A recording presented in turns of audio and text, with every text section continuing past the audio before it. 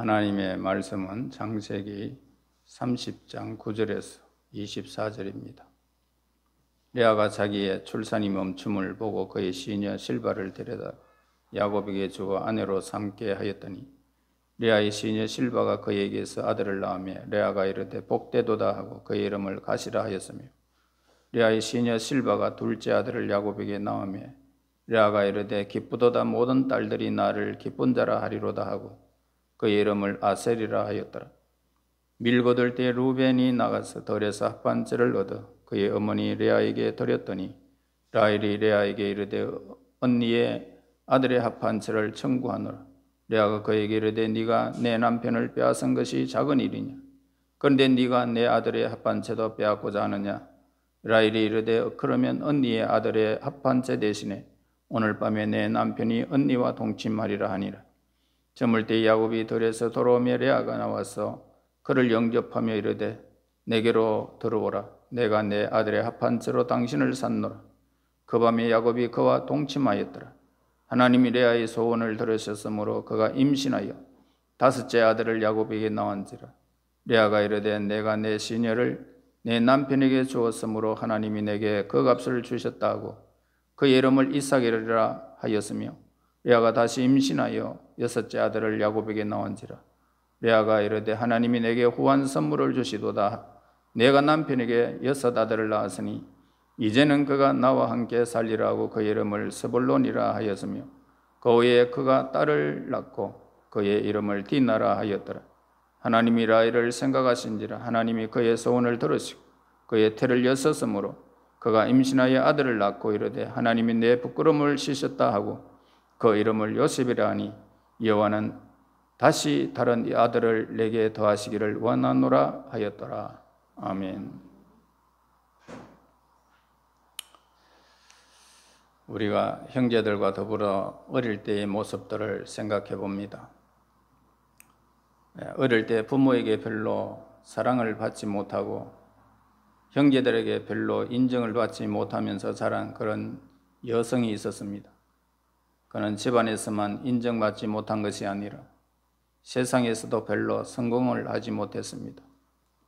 그래서 그의 마음은 마치 얼음나라 공주처럼 늘 차가웠고 가까운 사람들에게 사랑이나 인정을 받지 못한 상처와 세상에서 성공하지 못한 그런 열등감으로 가득 차 있었습니다. 그런데 그의 마음속에 이제 하나님께서 주시는 예수 그리스도 안에 있는 아름다운 소식, 복음이 전해왔습니다. 그는 너무나도 이 세상에 의지할 것이 없었기 때문에 하나님을 믿고 예수님을 영접하기로 작정했습니다. 그런데 하나님께서 놀랍도록 그를 변화시키기 시작하셨습니다. 그는 하나님의 사랑을 알게 되어졌고 거기에 하나님 앞에서 얼마나 이 세상 사람들이 알지 못하는 존귀한 사람인지를 그는 비로소 깨닫게 되었습니다. 어느 날 그는 자신이 성장 과정을 돌이켜보면서 참으로 하나님께서 나에게 감사하며 이런 일들을 우리에게 펼쳐주신 하나님을 향하여 감사하며 영광을 돌리게 됩니다. 왜냐하면 자기가 부모님의 사랑이나 가족들의 인정을 받지 못했기 때문에 하나님을 알게 되어졌고 또 하늘의 영광을 누리게 된 것이었음을 그는 깨달았기 때문입니다. 만일 그가 가족의 많은 사랑을 받고 인정을 받고 세상 사람들이 다 좋아하는 사람이 되었더라면 아직도 그는 그 자리에서 벗어나지 못했을 것입니다. 이것이 바로 하나님께서 인간을 불행을 하나님의 복으로 바꿔주는 그런 일들을 우리에게 보여주는 과정인 것입니다. 우리는 창세기 30장을 통해서 자매이지만은 원수처럼 지냈던 라헬과 레아의 모습을 보게 됩니다.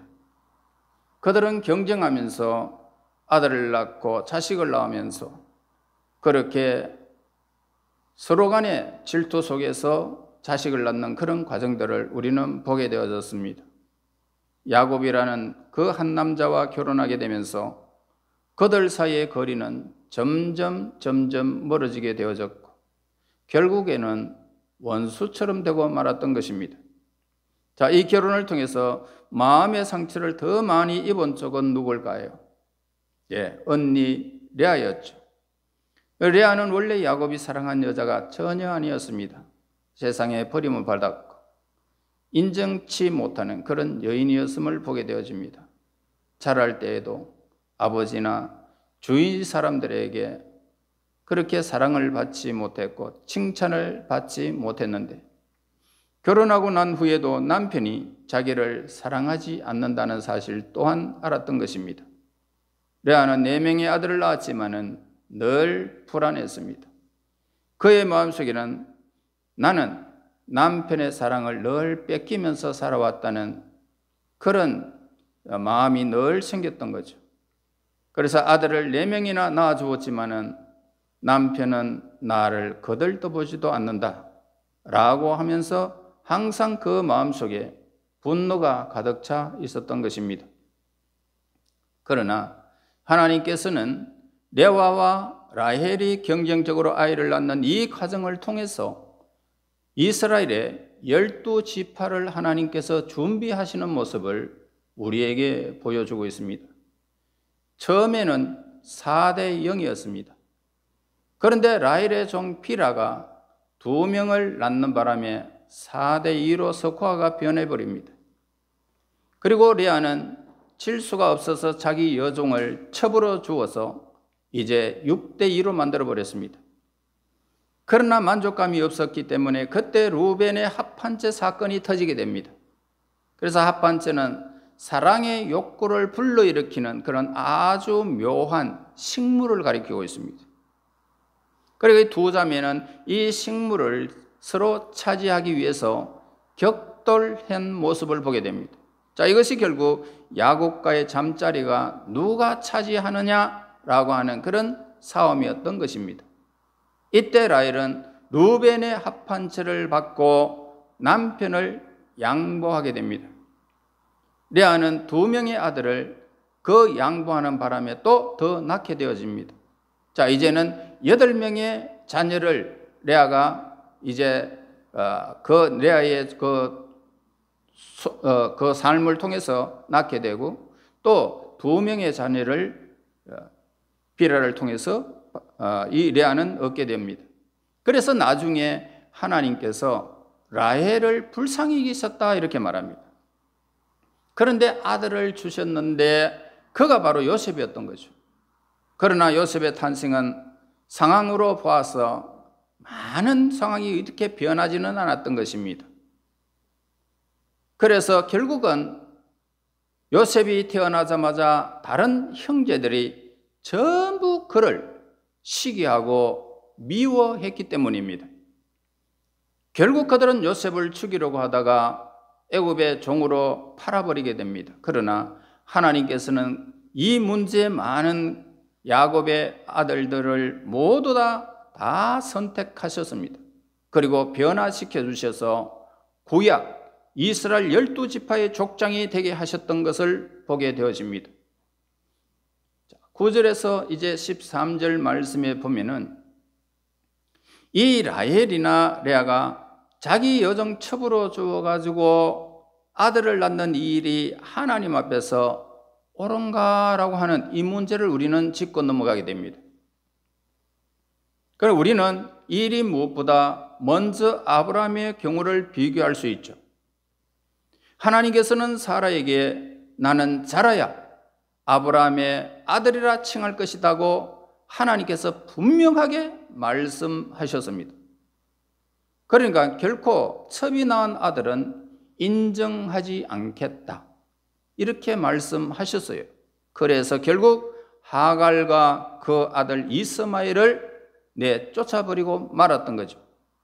그런데 라헬이나 레아가 여종을 통하여 낳은 아들을 하나도 내쫓지 않고 전부 다 야곱의 아들로 인정해 주셨을 뿐만 아니고 12아들을 이 이스라엘 12지파의 족장으로 삼으셨다는 사실을 보게 됩니다.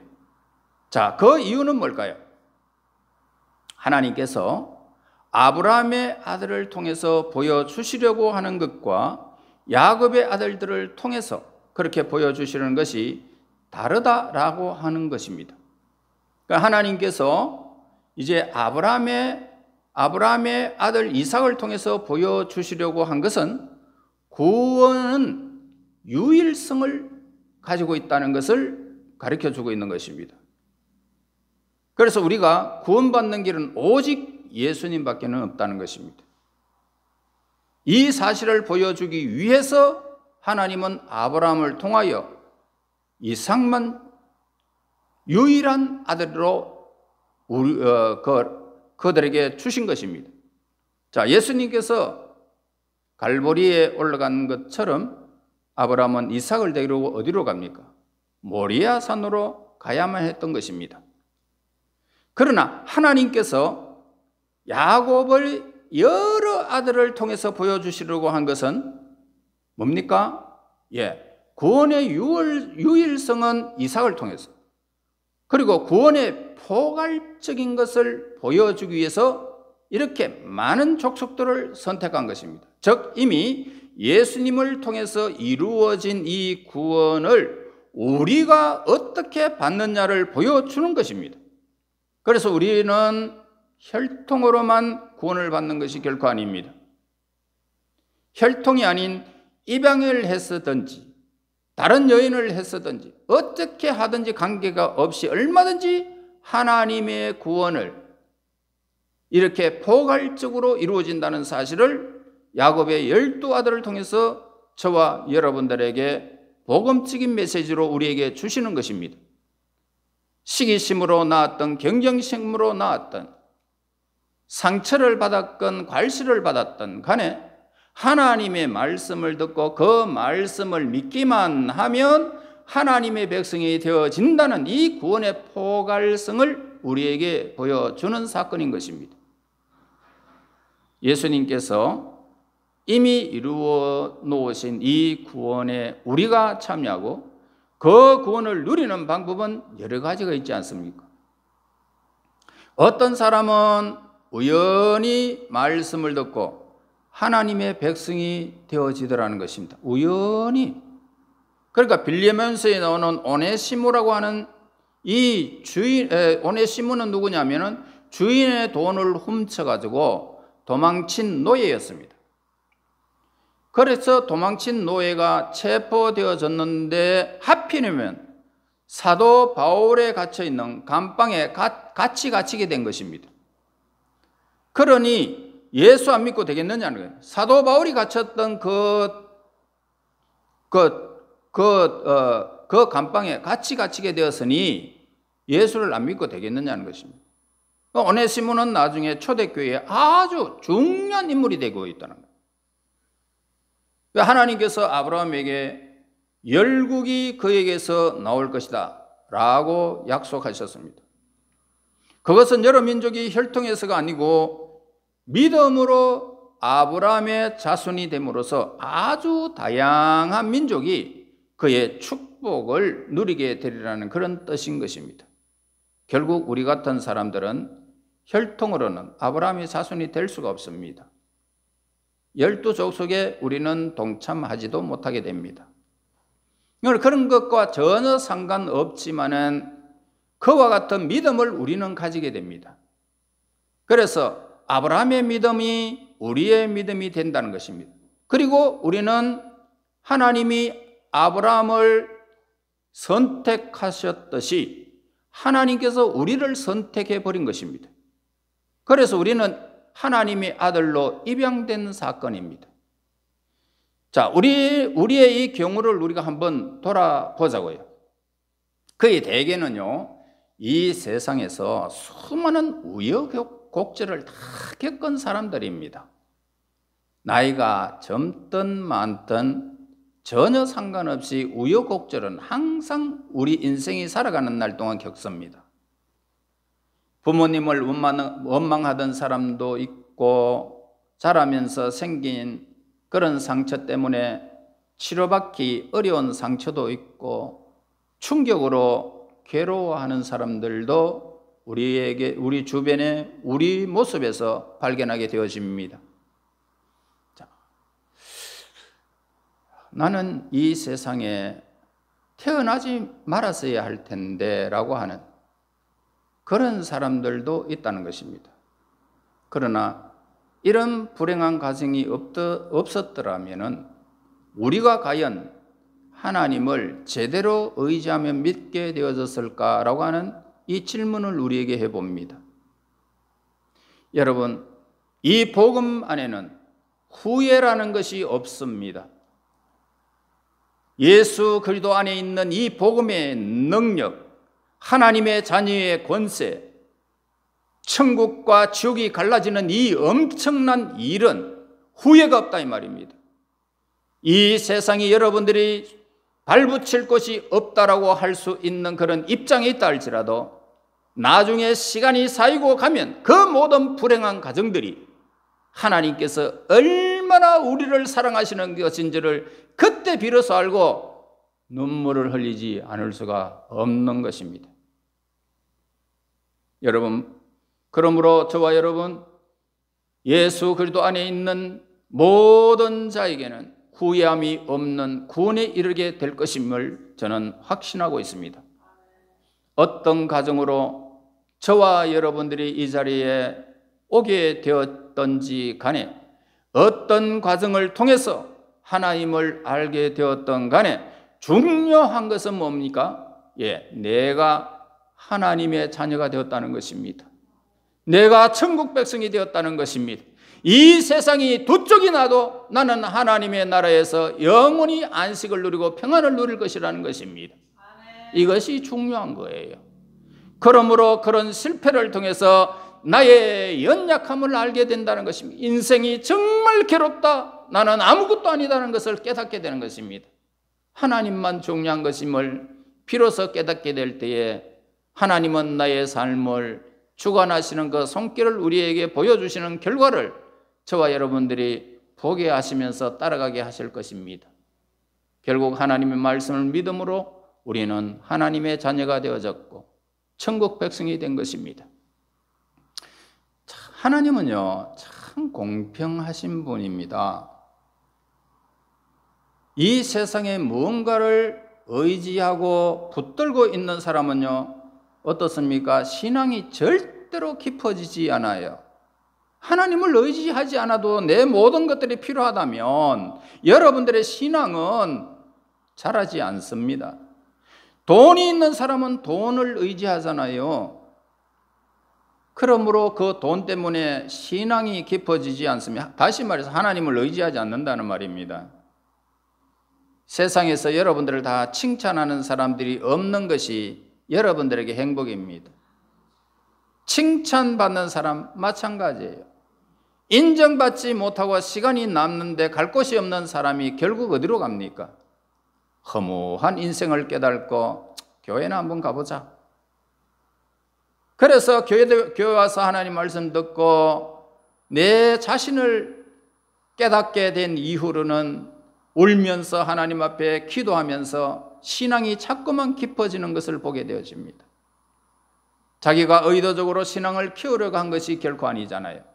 우리가 어떤 과정을 통해서 저와 여러분들이 이 자리에 이르게 되었는지 전혀 중요한 것이 아닙니다. 중요한 것은 내가 지금 하나님의 말씀을 듣고 있다는 것이 중요한 것입니다. 이 자리에 내가 하나님을 믿는다는 것이 중요한 것입니다. 내가 하나님을 믿는다는 것이. 그러면 모든 과거가 여러분 해결될 것입니다.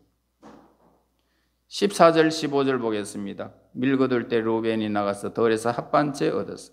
그의 어머니 레아가 드렸더니 라헬이 레아에게 이르되 언니의 아들 합반채를 청구하노라.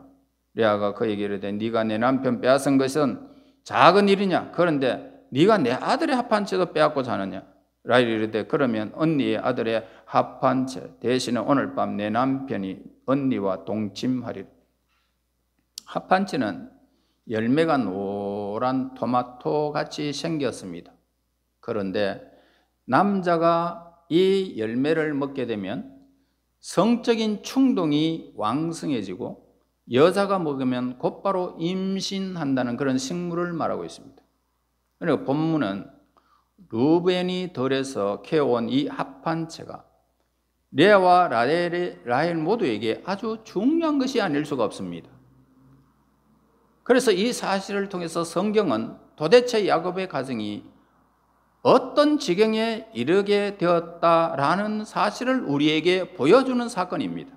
그리고 이 사실을 통하여 성경은 도대체 야곱의 가정이 이 지경에 보여졌는데, 성경 어느 곳에 봐도 여인들이 이런 얄궂은 것을 놓고 사후 내가 성경에는 없습니다.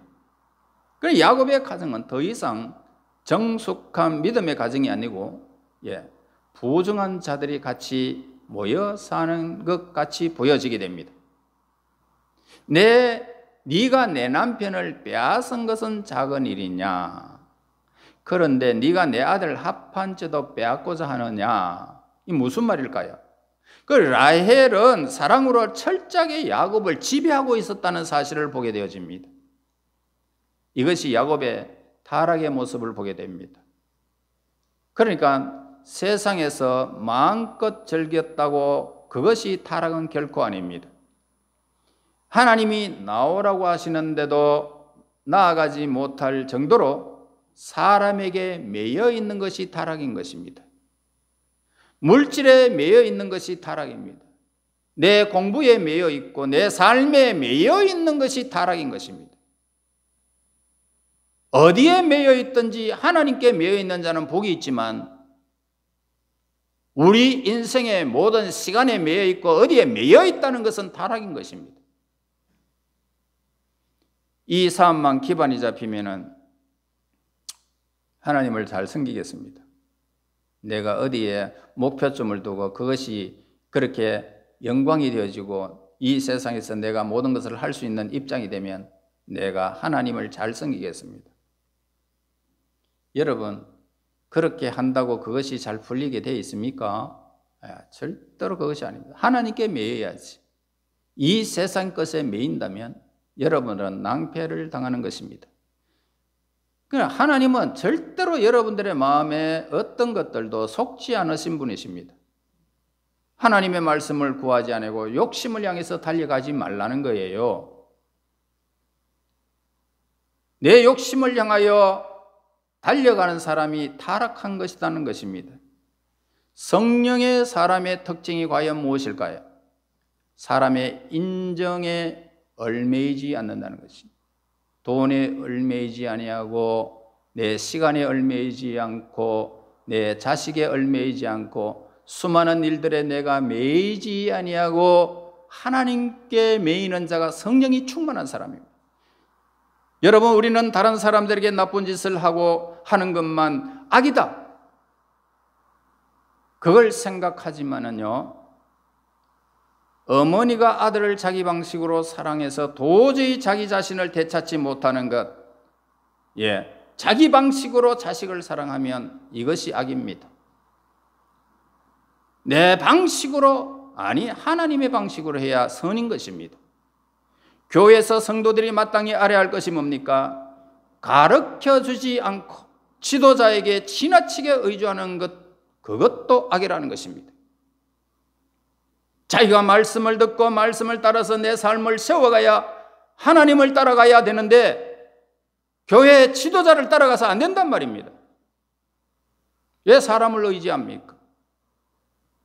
당장은 그 사람 의지하면 편할 것 같지만은 자기 인생이 사라지는 것입니다. 알아야 할 것을 알아야 합니다. 책임져야 할 것은 내가 책임져야 하는 거예요. 그것이 하나님 앞에 바른 모습인 것입니다. 악은 과거의 실수를 덜춥니다. 하나님 앞에서 일어서지 못하게 하는 것, 미신적인 분위기에 조장되어져서 날마다 내 삶의 두려움에 빠지는 것, 악입니다.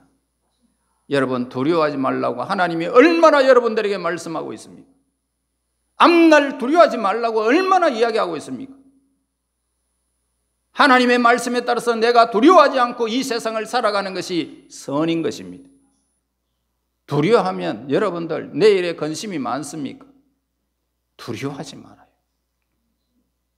나라가 어떻게 되든, 여러분의 삶의 가정의 가계가 어떻게 되든 두려워하지 말라. 여러분의 자녀가 어떻게 되든, 여러분의 부모가 어떻게 되든 전혀 두려워하지 말라는 것입니다. 하나님께서 앞날은 하나님의 손길에 의탁하면 하나님이 인도하시는 것을 우리는 너무나도 잘 알고 있지 않습니까? 이 믿음의 걸음을 걸어가는 것이 선이라는 것입니다. 예배드리면서요, 하나님 앞에서 책임지는 사람이 되는 것. 무엇을 하더라도 내가 좋아서 내 의지에 따라서 하는 것은 뭡니까? 하나님의 말씀 앞에서 책임을 지려고 내가 행하는 모든 일들은요, 선인 것입니다. 병이 걸려도 그는 자유로워요. 왜요? 하나님 앞에 매여 있기 때문에, 내 육신에 해방되어 있기 때문에 그것이 선이라는 것입니다. 또 가난아독에서 전부 억압된 가운데 사는 것이 결코 아니잖아요. 가난해도 굉장히 자유로운 사람이 있습니다. 무식해도 자유로운 사람이 있습니다. 계속 나를 무력하게 만드는 것, 과거의 슬픔을 덧주는 것, 지금 힘을 쓰지 못하게 만드는 것, 정상적인 분별력을 흐리게 만드는 것, 이런 것들은 모두가 악한 것입니다. 사탄이 하는 짓입니다. 여러분, 우리 모두 잊어버려야 합니다. 과거를 다 잊어버렸어요. 현재를 향해서 하나님은 항상 현재를 하지 않습니까? 자신의 모습을 하나님 앞에서 되찾는 것이 선인 것입니다. 16절에서 21절에서 하나님께서는 레아와 라헬의 태도와 상관없이 계속 하나님께서 그들을 사랑하셔서 자녀들을 주시는 모습을 보게 되어집니다. 레아가 남편을 샀을 때에도 바로 아들을 낳게 해주셨고, 라헬도 불성이 있어서 태문을 여셔서 요셉을 하나님께서 선물로 주신 것입니다. 그래서 이 요셉은 다른 말로 하면은 뭐냐면 플러스 원이라는 것입니다. 그런데 하나님은 정말 그 이름대로 아들을, 베냐민을 또 한 명을 더 주셨던 것을 보게 됩니다. 지금 하나님께서 인간의 생각이나 행동에 상관없이 주권적으로 하나님께서 그들에게 은혜를 베푸심을 보게 되어집니다. 그 이유가 뭘까요? 아브라함의 자손들이 하늘의 별처럼 많게 해주시겠다고 약속을 해 주셨기 때문에 하나님은 그들의 모든 기업들을 이렇게 왕성하게 하신 것입니다. 아무리 일을 저질러도 나는 너희를 사랑한다는 것입니다. 하나님의 은총입니다.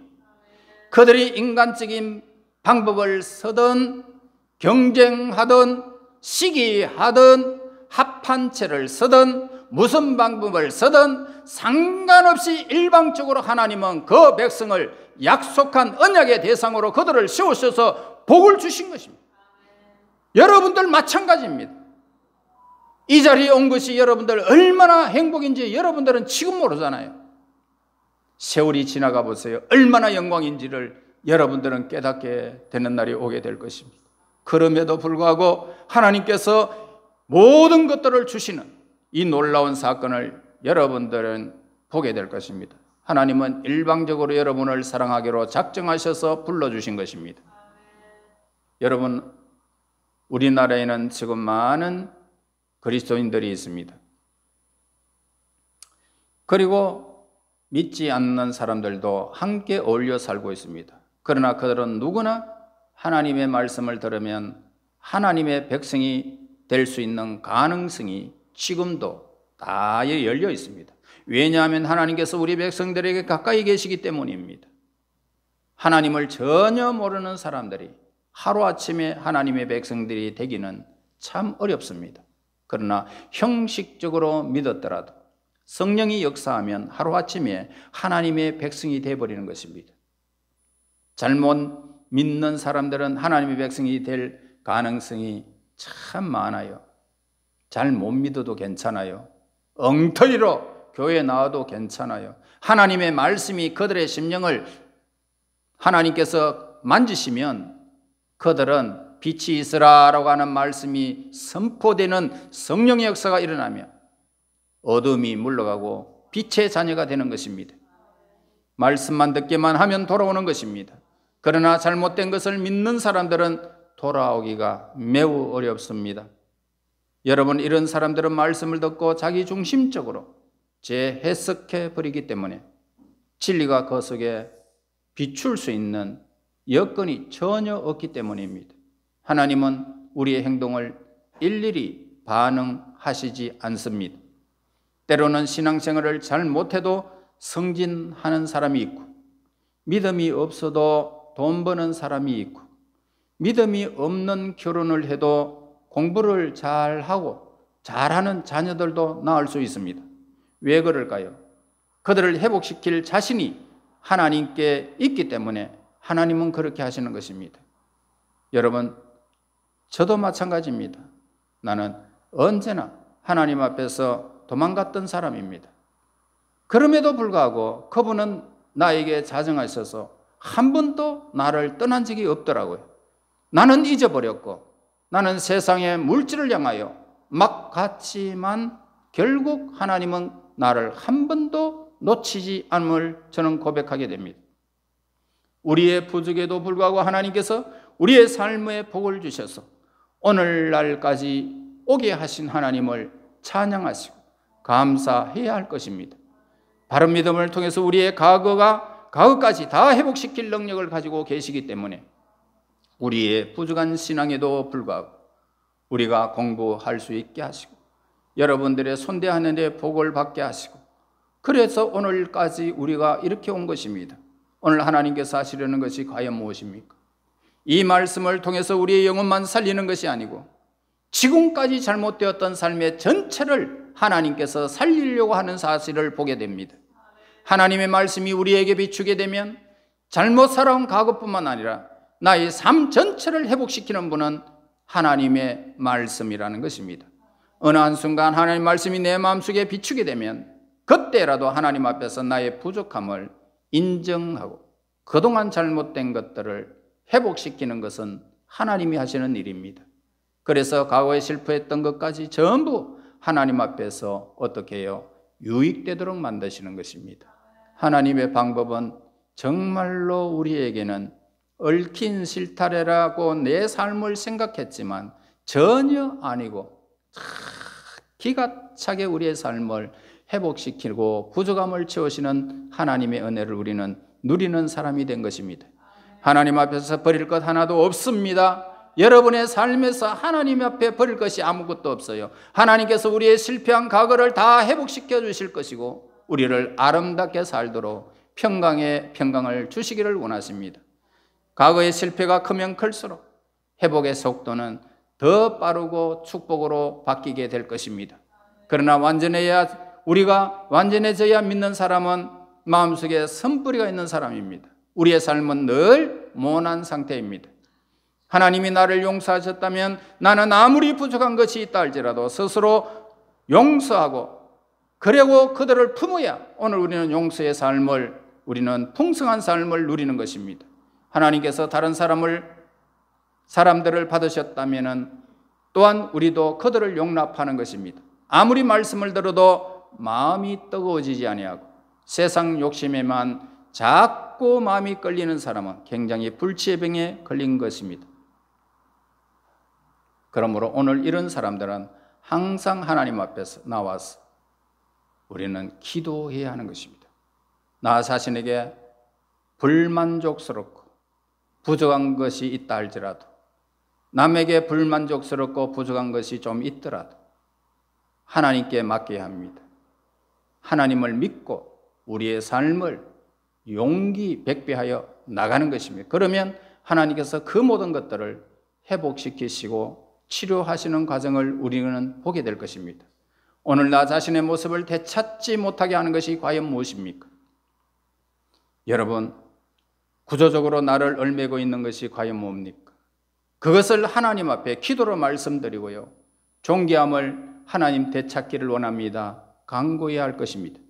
하나님께서 오늘 복을 주시고 함께 하신 것은 나를 고치시고 그리고 내 신앙을 바로 인도하기 위한 과정이라는 사실을 우리는 깨달아야 할 것입니다. 하나님께서 나에게 은혜를 주신 것을 기억해야 합니다. 바른 신앙, 뜨거운 신앙을 우리가 다시금 되찾아서 내 영혼 구원뿐만 아니라 지금까지 실수하고 실패한 것들을 모두 다 회복시키셔서 하나님의 은혜의 조건이 되시고 기쁨이 될 수 있도록 우리를 인도하시는 그 영광의 통로를 우리는 이렇게 하나님께서 나를 인도하셨구나, 이렇게 기억하게 하시는 하나님의 손길 아래서 여러분들의 삶에서 지금까지 굴곡 있는 인생이라 할지라도 염려하고 또 낭망하지 마시고요. 모든 것이 회복되고 하나님께서 그럼에도 불구하고 은혜를 베푸시는 그 하나님의 손길 아래서 여러분들이 이 땅에서 살아가는 날 동안 평강의 주인공들이 되시기를 예수님 이름으로 축원합니다. 하나님 감사와 찬송과 영광을 돌립니다. 치료받지 못한 우리의 심령을 불쌍히 여기시는 하나님, 수많은 우여곡절을 겪어 우리의 삶에 수많은 요동이 있었던 우리, 그럼에도 불구하고 하나님께서 복의 권한에 있어서 인도하시는 그 과정을 오늘도 본문을 통해서 누리게 됨을 감사합니다. 이제 하나님의 사람들이 이 땅의 모든 것들이 합력하여 선을 이루며 회복이 되어지고 치료되어져서 하나님의 백성들의 풍성함을 누리기를 원하는 그 대일에서 하나님께 영광을 돌리며 살아가기를 원하는 하나님의 백성들이 되게 도와주시옵소서. 예수님 이름으로 기도합나이다. 아멘.